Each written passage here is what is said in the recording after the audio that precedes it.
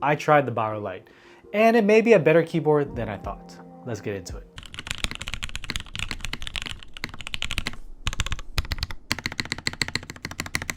This video is not sponsored by Omnitype because, oh my god, can you imagine? Ahmad bought this keyboard, sent it over to me to test so I get an unbiased or horribly biased review of this keyboard. We do have video sponsor though, that's Factor. We'll get into that in a minute. The Bauer Lite keyboard was teased in 2020. About November 2020. Just an early design tease, not a full product announcement, so we can't really timeline that. So technically that's not when it was announced, but let's keep that in mind. Soon it was coming. What is this keyboard anyway? It's an injection molded, affordable version of the higher end keyboard, the Bauer, which is a 65% wind keyless split backspace, aluminum plus brass or aluminum plus aluminum. I've personally owned, sound tested, and reviewed the aluminum version and the PC aluminum version. At $560 for aluminum brass option and $500 for CNC polycarbonate, it was definitely more of a luxury priced option. I've personally critiqued the astonishing aftermarket value of the Bauer 1 because I personally had to spend an exorbitant amount of money to try it, and the Bauer 2 aftermarket was pretty high at the time as well. But it seems that the Bauer 2, both the polycarbonate and the brass options are settling closer to the retail price. Maybe indicative of the hobby as a whole, but also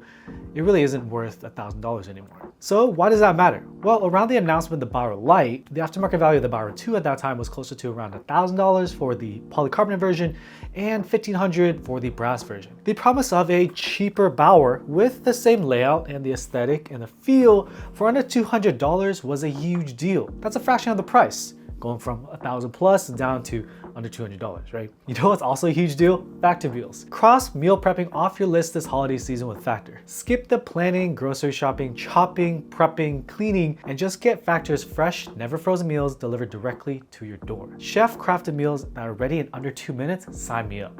I unfortunately got hurt on my rolly thing, let me get up, because of an unfortunate hardware failure, so having prepared meals has been a lifesaver. Especially with all the busy holiday days coming up, I can do my best to get nutritious meals in without stress. It surprised me, but my personal favorites are the meals with chicken thighs. It just pairs so well whether it's a keto option or a protein plus option. If you need a few more calories, you can actually even add add-ons if you're a husky boy like myself. Like if I had 3 meals of 600-ish calories, I'd be hungry all day. So that's okay, there's another option for you. The convenience that Factor has offered me has been clutch in my lifestyle. I don't know when, but even before the injury, my days have become filled with chores and responsibilities. Adulting, am I right? If you want to save some time for more important things, head to factor75.com or click the link below and use code ANDYV50 to get 50% off your first Factor box. Knowing I can get a healthy, balanced meal quickly, even at my busiest time, has changed the game. Once again, head to factor75.com or click the link below and use code ANDYV50 to get 50% off your first box. Let's get back to the video. So, what the hell is injection molding? Well, it just looks like plastic, right? Instead of individually CNCing aluminum or polycarbonate is also plastic. A custom mold is created and used to create plastic parts at scale with precision. The final product is lighter, it has a lot more supports, unfortunately, but it is extremely cheap and can be manufactured in mass. You can make a lot of these. You saw this with the NK65EE, and this is pretty much the same kind of technology. When the Bauer Lite was announced, it was on the tails of the success of the NK65EE, the KBD67 Lite, and the EK68 Aurora. These are all low $100-ish keyboards when other budget keyboards were $300 and above. At the time, nicer keyboards were $500 retail and aftermarket was $1,000 or more. It was a critical time frame where keyboard interest was peaking and the supply was insufficient. So injection molded keyboards were key to satisfying the demand of the beginner market, people coming into the hobby that just want something that don't want to wait. In terms of timeline, mid-2020 was when the NK65EE started that movement. Novelkeys definitely brought some new technology, and we were really shocked because those flew off the shelves. When 2021 came, that's when other vendors picked up the injection mold polycarbonate technology. That's where the EK68 Aurora and KBD67 Lite were the big hot things on the market. So people anxiously awaited for the Bauer Lite to come to the market. In April 2021,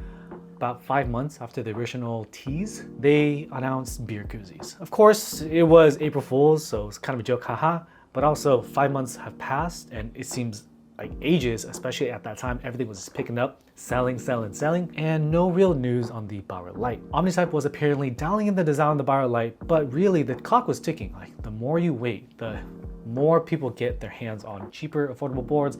They get those boards, they graduate to different boards. By November 2021, I was not seeing huge movement in the Bauer Lite, and the PC Bauer had shipped. That's when I got the unit that I reviewed. I documented some of the development and how it seemed like it was always coming soon. By 2022, I was checking in every few months. I would forget about it, then I would remember. The market seemed to be drying up. The Tiger 80 Lite came and went. The larger Chinese vendors were starting to figure out how to get aluminum and stainless steel keyboards to the same price point as the original injection molded keyboards. A big player in this space was Alab's sister company, QWERTY, releasing the QK65 in late 2022. It was an aluminum keyboard with a cast aluminum bottom, but had a stainless steel weight at a low $200. It's $215 shipped or something like that. Depends on where you buy. At this point, it's not far off from the under $200 full injection molded plastic keyboard that Omnitype was working on, the Bauer Lite. They said under $200 to maybe not over promise, but really I was expecting it to be like 190 or 180. A lot of competition was coming in. Injection molds are freaking expensive and the timeline was not working in Omnitype's favor. I was worried because if it had a sound similar to the KD7 Lite, leaning too deep with the silicone, it's dead in the water. The original Bauer 1 and Bauer 2 was a loud, deep sound. Throwing that kind of design into an injection mold case, it may end up just muted deep because plastic keyboards don't sound as poppy and clacky or loud as their aluminum counterparts if they have a aluminum PC version. So for example, the aluminum Kohaku is poppier and louder than the polycarbonate Kohaku. And same thing with the Forever. At this point, we gotta consider the market was already filled to the brim with similar keyboards, and the only thing that would set the Bauer Lite apart was a symmetrical wind keyless blockers right there. Honestly, the wind keyless blockers is not really popular with beginners. Also, the original Bauer had the split backspace layout like this, and that was a huge pain point for people as well. They wanted full backspace because they were so used to it. But we'll get more into the specs in the review portion. So by 2023, the big kahuna dropped. QK went back to the drawing board and they released the Neo 65. They're able to drop the price even lower. This became the de facto standard for budget keyboards. Starting at $80 before shipping for a plateless keyboard and $100 with a plate, it's monstrous. That's with a brass weight and a metal aluminum keyboard. The market for plastic keyboard has been diminished. The only reason someone would want an injection molded plastic keyboard is for a travel keyboard or something for work. And even then, it's kind of hard to argue, like this is gonna feel way lighter than something with a brass weight. The problem with that is the perception and quality in hand for something light like this versus something with a stainless steel or brass weight, it's a huge difference. So by late November 2023 or early December 2023, we finally got our hands on a Bauer Lite. This is the atomic version, the deep purple. It's gonna be very Game Boy-esque, so I really like the aesthetic and the nostalgia of this case. Unboxing out of the box was a pretty surreal experience. I knew it was gonna come sometime, but I wasn't sure when. The injection molds aren't cheap, so Omnitype really had to follow through to sell the product. You can't just start the mold and just give up on them. There's so much money invested there. It sold out pretty quickly, so it didn't sit on the shelf, and that's probably because of the price point. The price point of this board is not $190 or $180 like I predicted, since they were saying it was gonna be a premium injection molded keyboard, so it's only $120. So probably close to the original price point of the KBD67 Lite drop. The colors are pretty nice, and I'm definitely digging the Game Boy aesthetic of the translucent. I would not pay for the special limited edition units, especially if it's just white. The Bauer DNA is still here, right? You still got the curves in the back, curves in the front, but being that it's one color, you don't really see a color pop out. It detracts a little bit from the aesthetic. I love the original Bauer because of the one-to-one match to Moto, I mentioned this before, and the color peeking out made it very different because typically when you look at the front of the keyboard, it's just one solid color. Having a contrast there from the front is really nice. Being that it's just one color, if you get this without buying extra tops or bottoms, feels a little bit superfluous to have a curve here and a curve in the back. It would have been nice to see a DIY configurator like Mo to just pick tops to match with whatever bottom that you wanted, but that would cost the vendor more, so I can understand the financial incentive to keep it one color. They also have individual boxes for each color, so this is a nice touch. In terms of the build process, we actually see gasket grooves. I'm glad to see that this premium feature has finally reached the more affordable keyboard. We have a PC plate as well that needs standoffs with hot swap. It's not great, but I decided against using standoffs because it ruins the feel of a keyboard. Whenever you put a standoff at a certain point, it's gonna feel stiffer there. It's gonna change the sound and feel a little bit. To make sure the switch is snapped in properly, I used a plate fork. You can 3D print these for free. I'll put the link in the description. One of the huge things that I'm stoked to see is the inclusion of the threaded inserts. What does that mean? Well, the board is plastic, right? If you don't have threaded inserts, you're screwing into plastic. Screws, when over tightened, can ruin the threads of a plastic keyboard. A threaded insert is like a brass or stainless steel insert, and that allows you to screw into a piece of metal so it doesn't damage the board. It doesn't really cost that much to add it to the board, so I'm glad that Omnitype included it here. Omnitype also included extra gaskets, which is definitely appreciated. It might have to do with us only needing half, but having backups is appreciated because the adhesive is not forgiving when you mess up the original install. So it's very important for a beginner board such as this. The main thing that really shocked me was the fact that we don't see visible gaskets gaskets at the top. The PC Bauer 2, you can see the gasket at the top and it's really ugly. It's not great. And that is something that plagues all gasket mount PC boards. I see it on my Polyhaku as well. The top of this board actually uses rubber bumpers, so it's actually a departure of the original Bauer design. So I'm assuming this is where some of that R&D from November 2020 to November 2023 went to. The injection mold design is reworked from the original PC Bauer, so it's different. It's nice to see that there's only 4 mounting points, so less screws overall. I don't like the fact that the back is translucent as well. You can see the mustard and yellow cable for the JST. That's not great. Same thing happened on the Tiger 80 Lite. We can't really judge them separately. I didn't really complain about the Tiger 80 Lite, so I won't really complain about it here, but they were making changes, so they could have done something here. Maybe just increase the sleeving length so it covers more of it. The black sleeve is fine. It's just the red, white, yellow, and black that bothers me. The other thing was the bumpers kept falling out for me. I don't really know why. The bumpers have a little notch so it can align like rotationally, but nothing to hold it down. So everything fit except the one right here that kept dropping when I put the top on. That's annoying, but that's what happens when you don't have adhesive. But it does a great job of hiding the gaskets from the top, which is a very clean aesthetic, and it looks better than the PC Bauer 2. Between the screw points, you don't really see where the rubber mounting points are.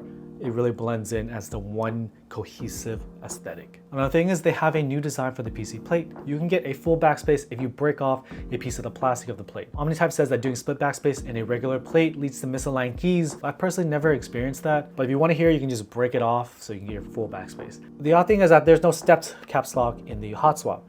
It's really odd because all you have to do is have an inverted hot swap socket right next to it. I found that people that have been in the hobby longer that want that symmetrical win keyless want the split backspace and the stepped caps. It's kind of like a whole package, that aesthetic that they're used to. So it's really odd to not include that in the hot swap. You don't get ISO compatibility here, which I prefer because it really messes with the sound of the enter key when there's so much hole in the plate there. So now my favorite section is the sound. The Bauer sound has always leaned more towards deep. So much so that makes all switches sound deep. And that was worrisome for the Bauer Lite. We built this with inks because that's what I'm most familiar with, to compare with the other Bauers I've tried. The sound was deep and clean. Definitely not as loud as the original aluminum Bauer, definitely a little bit quieter. But if you listen closely, you can hear all my haters in the comments. I'm just kidding.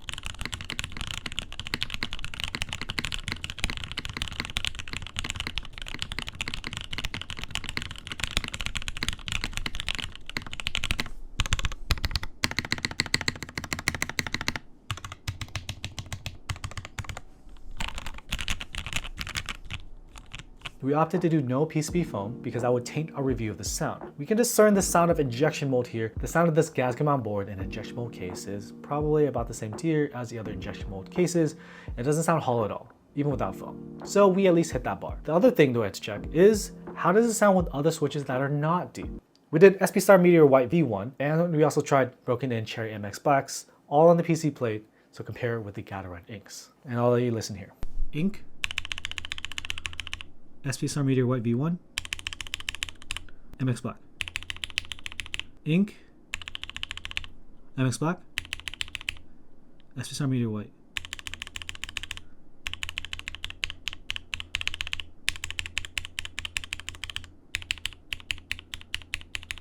Out of the three, the MX Black sounds the best. The SP Star Meteor White is getting this weird like cheap sound out of it, right? The SP Star Meteor White just like has kind of like a plastic kind of rattle. To my surprise, they've done it. The sound is pretty clearly clacky with MX Blacks on PC, and it's also clacky with SP Star Meteor Whites. But the Meteor Whites have a bit of a shaky plastic sound to them in this board, so I definitely wouldn't use those switches. Inks and MX Blacks sound pretty good. Unfortunately, MX Blacks reign supreme once again, and we're using AP screw and stabs.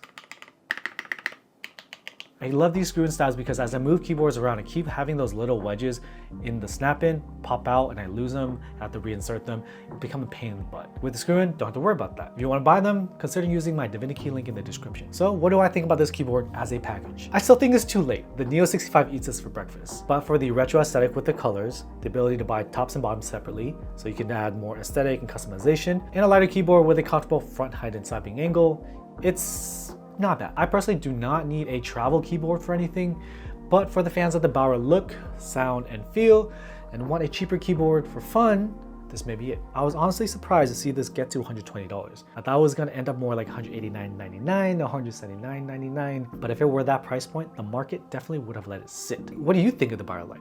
Let me know in the comment section below. Thanks for watching, I'll see you in the next one. Peace.